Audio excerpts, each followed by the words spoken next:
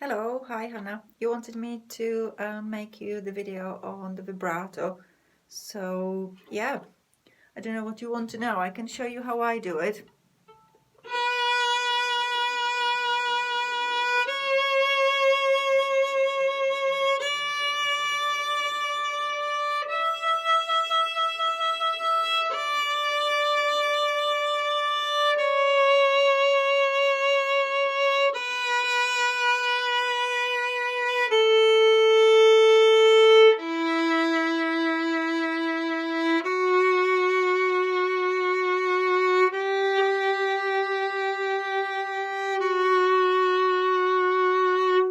Don't know what you want to see. You asked whether I'm doing the palm vibrato, the hand vibrato, or the arm vibrato.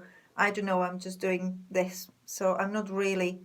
Sorry, there's a phone. The camera is a bit broken on my phone. So yeah, I'm not. I'm definitely not doing this. This is what kids do. You very often see sort of like 5-year-olds doing this. So I don't think that's the right way forward. So if you look at my elbow, you actually see that I'm just slightly sort of like opening and closing the angle of my upper arm and my forearm. So that's it. And there's a little bit of the palm sort of is obviously moving a little bit, but it's more the finger is actually extending. I don't know if you can see my finger. You might be able to see it better on third finger.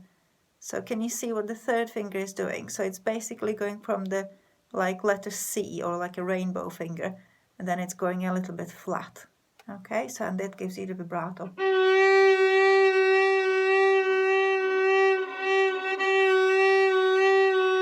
So I would definitely not actually collapse my palm. I would not do anything like that.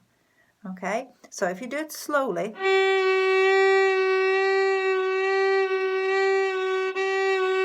and make sure that you keep your thumb in the same place. Can you see from the other side?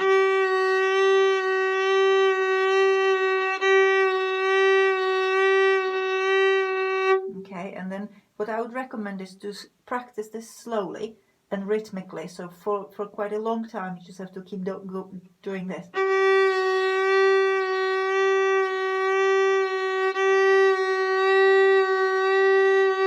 And then move on to another finger.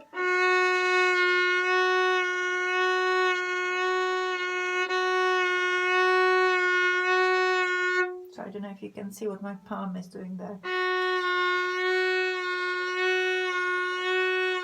I'm just rolling the finger on the ball of the finger like that.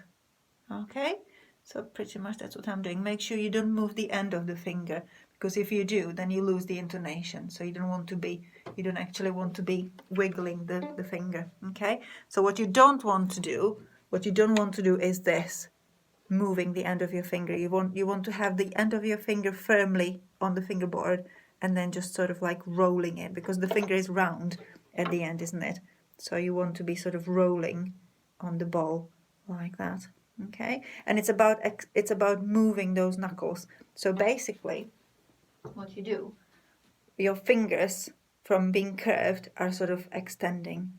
Okay, and you're firmly sort of stuck on the violin when you're doing it, and then your fingers are just sort of doing that.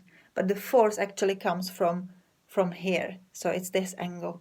So if I do vibrato without the violin, it's sort of almost like that.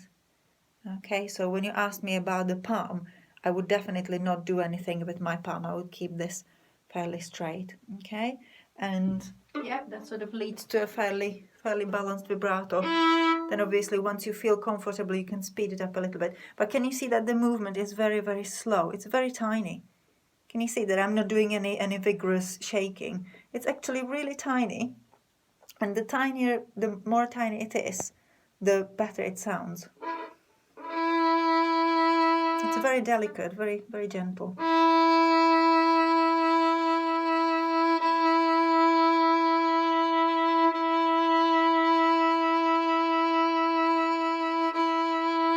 And the key is to stay on one finger for a long time to perfect it.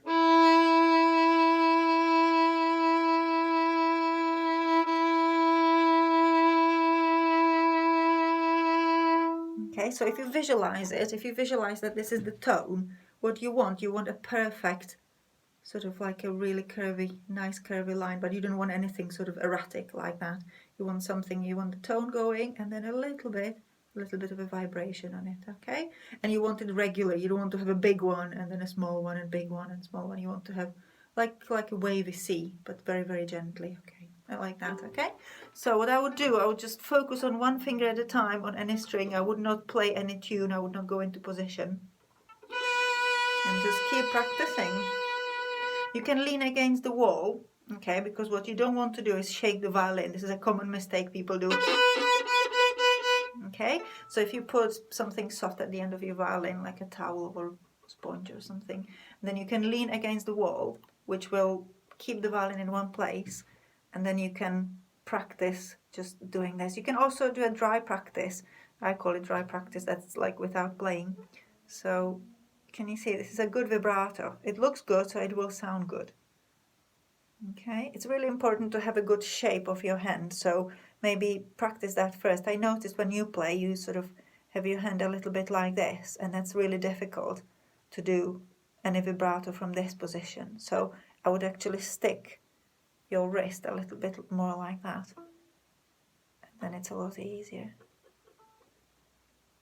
Okay, does it make sense? Can you see it? I hope you can see what I'm doing. So this is the vibrato thing. So it's kind of going from side to side, or sometimes you can be, it's a mixture of sort of extending. It depends how quickly you want to do the vibrato. You can just rock it from side to side. Okay, but remember, gentle movements, no more than this. This is absolutely plenty. This is plenty, especially in first position. You have to be much more sort of firm with vibrato in any high positions, but you would not need to do that in folk at all. But if you like play on a G string or something and you need to do,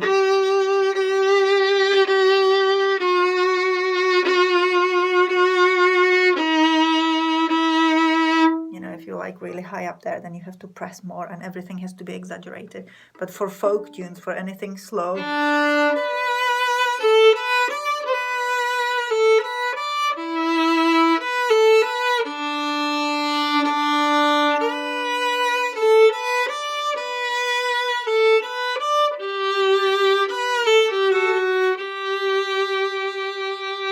anything simple like that, then you should be all right. So yeah, so practice and remember, slowly, and I would stick just with one finger at a time. Don't play any tunes, because then you just get confused and then it's all too complicated what you're doing. So narrow it down, strip it down, one finger, and you can practice with metronome if you want. If you set a metronome,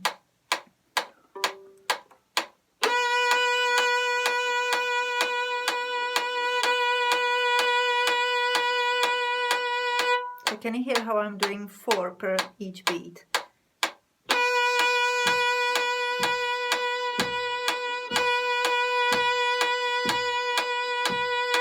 Okay, so you can set the metronome on whichever tempo you want, but keep it regular. Keep it regular. You don't want to avoid this. Okay, this is no good. This is too tense. So good luck with it, and you send me a video of you playing it if you get anywhere. So good luck.